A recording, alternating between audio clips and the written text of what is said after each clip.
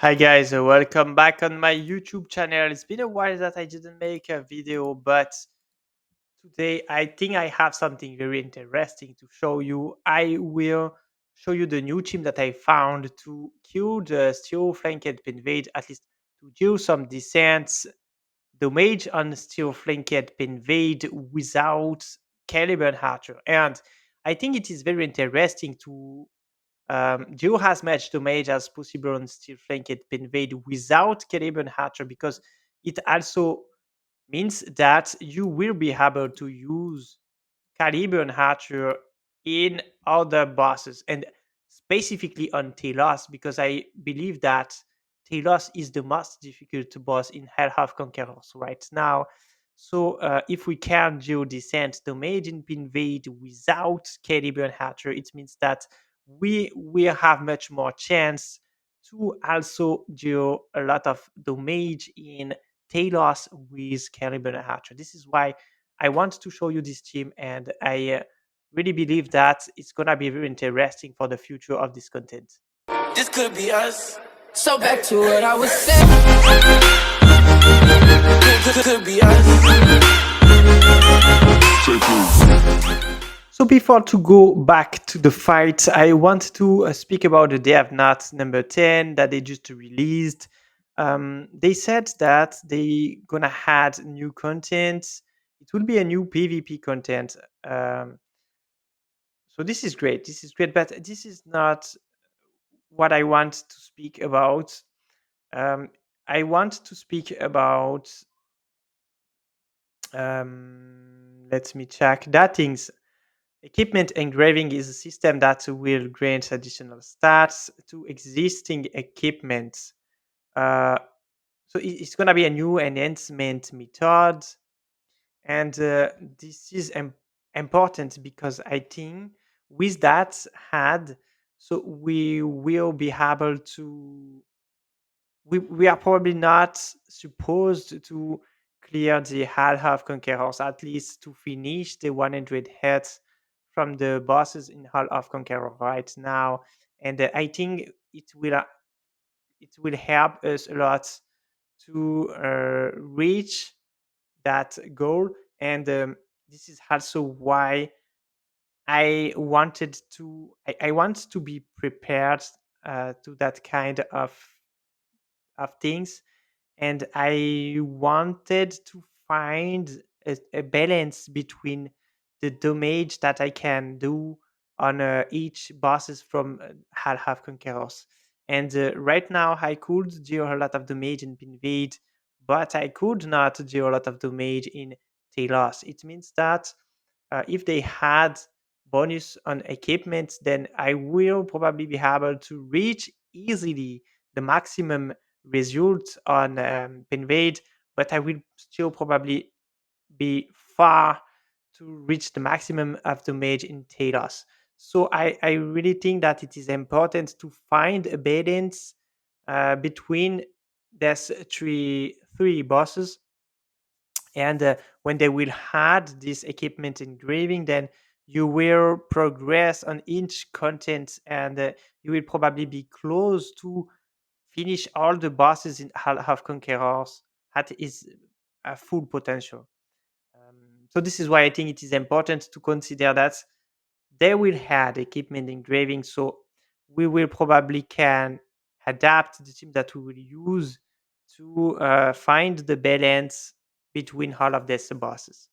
So let's go back to the Penveid, and I want to explain to you how does the team work. So this is basically what will look like the fight. I'm gonna show you first the skill order settings. It's gonna not be a pure auto fight. I'm gonna explain you why. So you will have to spam skill 2 with Merlin, and at some point you will also have to use the skill 3 one time. With Sergius, you're gonna need to spam skill 3, and if you notice that the boss doesn't have the focus debuff, then you will need to manually use the skill 2. Tristan can be locked on the skill 3, and Gilroy can be locked at the skill 1. So this is what should look like the skill holder settings. But as I said, this is not a full auto. I'm going to explain you why. So let's check what will happen. Here you can notice that the boss has a lot of debuff. He has recovery disruption, phonics ashes, attack speed decrease from Tristan, bladed gust from Tristan, attack speed, another attack speed debuff from Tristan, healing decay from Gilroy, bladed gust from Tristan, focus target from Sergius, and he has his own debuff, which is the piercing wound. There is the effect resistance decrease. This is something that you can have with Gilroy. It doesn't matter that much. I'm going to explain you why later. So okay, this is basically what will look like a lot of debuff, and when the had yeah, right here I put back another speed decrease. So right now he has two speed decrease, and it is important because all the mechanic around this team is about the attack gauge buff. You will be able to charge the attack gauge of the team with a lot of different mechanics. First of all, we got the Phoenix Ashes from the Flame Relic of Merlin. It will allow you to survive because Merlin's gonna be the healer of the team with that skill 2, and he will also buff the attack and charge the attack gauge. So uh, this is insane. This skill alone can heal, charge the attack gauge, and buff the attack.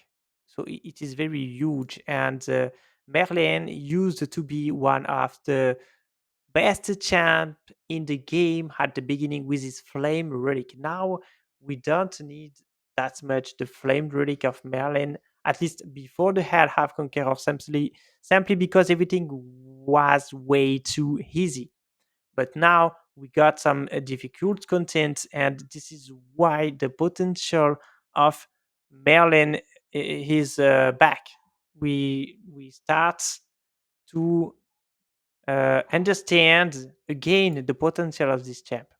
Let's speak about Sergius. Sergius, they nerfed his fire relic, but you still can use the wine relic of Sergius, and he is very insane too. I'm gonna explain you why. He has some debuff. The focus target, it will allow you to remove the buff from the boss, and the buff that he got are pretty annoying. Specifically, the buff that he got from the passive. Yes, right here. He has 30% chance to gain the effect resistance increase for 3 turns. You're gonna remove that buff, and also when you will gain barrier, he will buff himself with the critical strike rate increase 3, and you're gonna remove this buff too. And something important that I didn't mention, this is that things he will fully charge the steel Flankeid Penveid's attack dodge when you would use that skill. Uh, that's why you gonna need to use the skill 3 of Maryland, but only one time. You just gonna need to use the skill 3 before the boss use his skill 4. And then you will put the attack gauge disruption, and he will not charge full charge his attack gauge. That's why uh, you're gonna need to use this skill manually. So let's go back to Sergius. So you can remove the buff. This is huge. You will also reduce the evasion and the critical strike resistance, which will allow you to play even the support or your damage dealer with not that much critical strike chance, because you're gonna have a lot of debuff that will reduce the critical strike resistance of the boss, and it will highly increase the damage done. Let's now speak about the skill 3. You're gonna spam that skill. You're gonna use the skill 2 only to put the focus target on the boss, and then you will spam the skill 3. Uh, it will charge the attack gauge by 25%. And if you have the chivalry hate, then you will also every 3 turns um, buff with the attack speed increase to all of the team, which is nice. It is not mandatory, it is not needed, but it will help. It will help. So let's speak about Tristan. Tristan is the main damage dealer of the team. Um, he has very decent skill set. He can reduce the attack speed. He is going to do a lot of damage. He will charge his own attack gauge with that things, and he will also put the bladed gust if you unlock his chivalry 3. So this is also important. As I said, you're not gonna need to have that much critical strike chance to land a lot of critical strike hit, and this is very great and comfortable when it's about how to gear your champs. Um, okay, this is all for Tristan. Let's speak now about Gilroy. Gilroy is playable only if you have his Chivalry hate. If you don't have the Chivalry hate of Gilroy, then you can skip this video. You will not be able to play this team. But I highly recommend you to put Gilroy on your wish list, because this is something that you can't find on any other champs. He has an insane chivalry 8, probably one of the best chivalry of the game. So I highly recommend you to put him on your wish list. He is very, very strong, but he's gonna be here only for that things, and he will be locked on the skill 1. He will also sometimes put defense decrease, which will increase the damage. So this is nice, but as I said, he's mainly here for the chivalry hate. So let's back to the fight. Well, this is where so we don't need. You need to be sure that he still has the focus target, all the fights, and there. So we can press auto, and at normally at the end of his next turn, I should put back the focus on the boss with the skill 2 of Sergius. Let's see. As you can see, I'm playing a lot with all of their attack gauge boost mechanics. We can play a lot. And as you can see, the attack gauge of the boss reduced. It doesn't mean that I'm reducing his attack gauge. Don't misunderstand that things. But when you will put the attack speed reduction, then it will recalculate the difference between your speed and the speed of the boss, and this is why it will reduce the attack gauge. But this is not an attack gauge reduction skill. It is about the difference between your speed and the speed of the boss.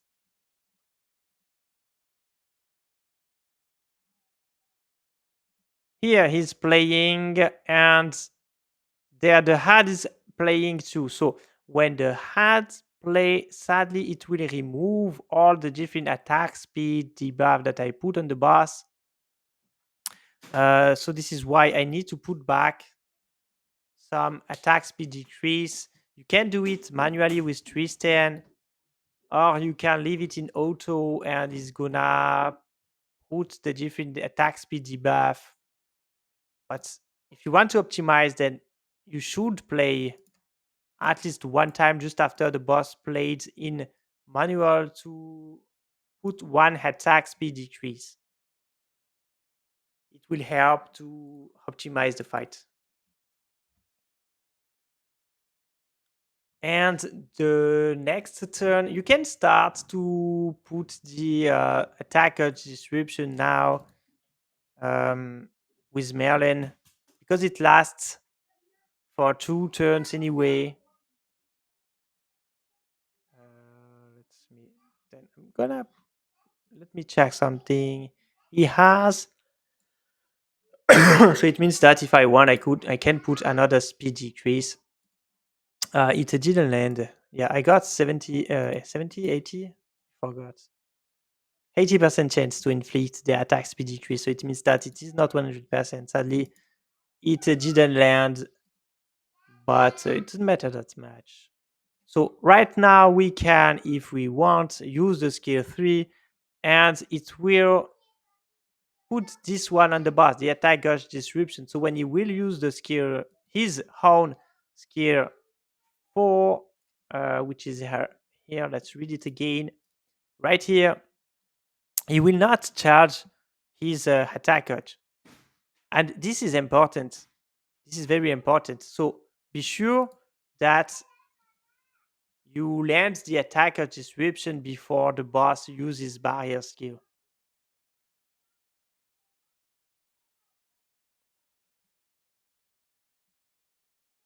So as you can see, it's pretty safe.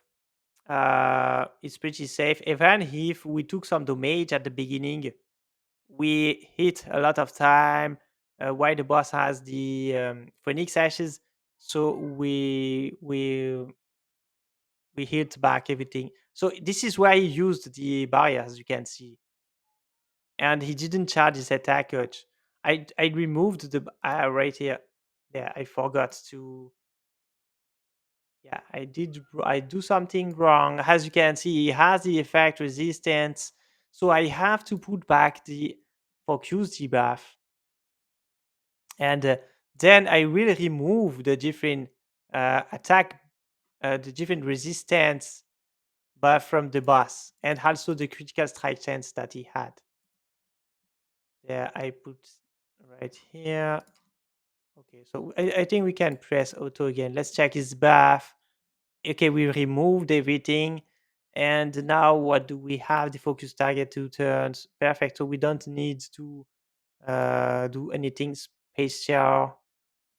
We can just leave the fight in auto.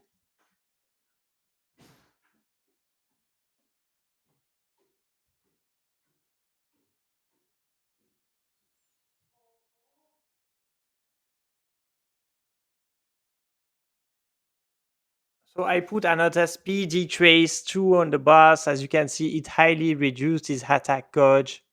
But as I said, it is not an attack gauge reduction. It is just the game that recalculates the different speed between my team and the boss.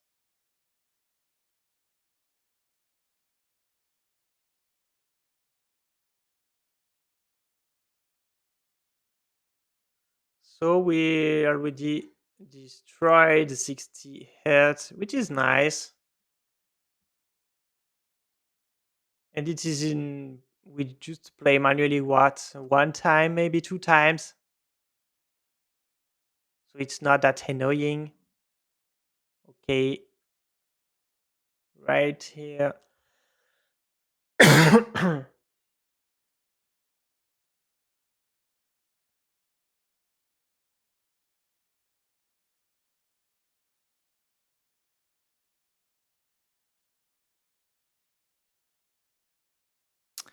um, so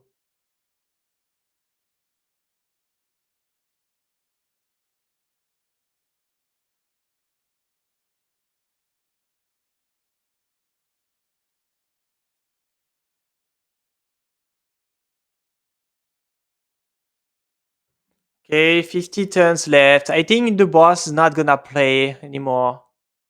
I think, I'm not sure. Uh, Let me check. He has the 2 attack speed decrease. Maybe I should secure and put another attack speed decrease in the boss. Or even if he's playing one more time. I don't think that is going to do something special. As you can see, even Sergius is full life now. So yeah, he's probably going to play one more time.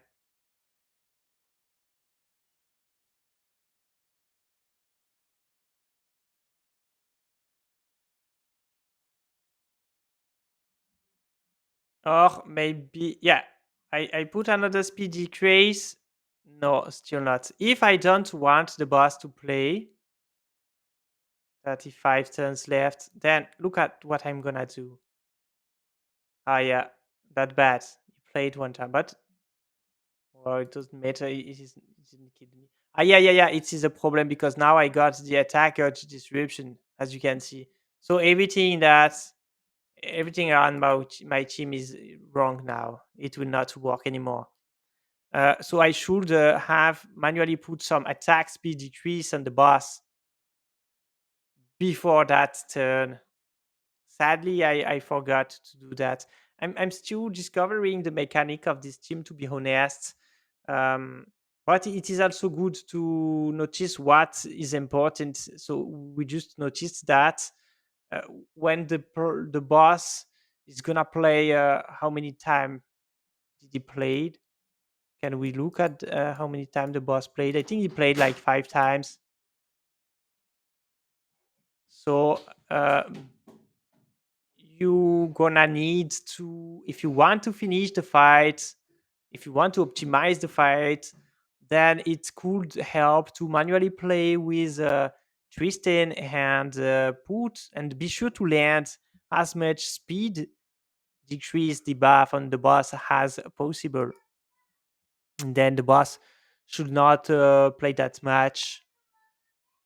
But you also need to consider that the head of the boss will remove the debuff. So I explained to you all the different mechanics. Now it's everything about you to optimize the fight. As you can see, when I use um, Caliburn Archer, then I'm doing more damage. I think I can be around 80 hertz with Tristan. And as I said, now what is interesting is that I will be able to use. I'm gonna remove the record. I will be able to use uh, Caliban Hatcher on Talos. So I think that if I use Caliban Archer and Talos with that, yes, that configuration, then I should be able to do much more damage than with Bedivere right here. That's why even if I lose some health right here on the still flanked Penveid, I think I can deal much more damage in Talos. For example, I should be able to reach like a 75 maybe hertz on Talos, and then I lost only like 5 hertz on still flanked Penveid between the different with Caliban Archer. That's why, as I said, you must find your own balance, but I think it could be very interesting to use Tristan and still flanked Penveid and to use Caliban Hatcher on Telos. For Hagnia, it is not complicated. I really think that we got the team that will be able to reach the maximum scores for Hagnia when we will have the equipment improvements. Uh, Now I'm more focusing on still flanked Penveid and obviously Talos. So I hope you enjoyed to see this video. One more thing I forgot. I think you said you must think that wow, he's not gonna show you the gear. Show us the gear. Yeah, I'm going to show you the gear, guys. Don't worry. Uh, you're lucky that I remember because yeah, I have to admit that it was close to be skipped. So let's check. I'm using. I still maybe can improve that. I will try to use the ascension set on Tristan, but I worry that he is going to kill himself. I need to make the test. So right now he is in a attack set, but as I said, I'm gonna try to use the ascension set. What do I recommend you to do is that we spoke about the buff of Tristan, the debuff that he got from the Chivalry 3, that things.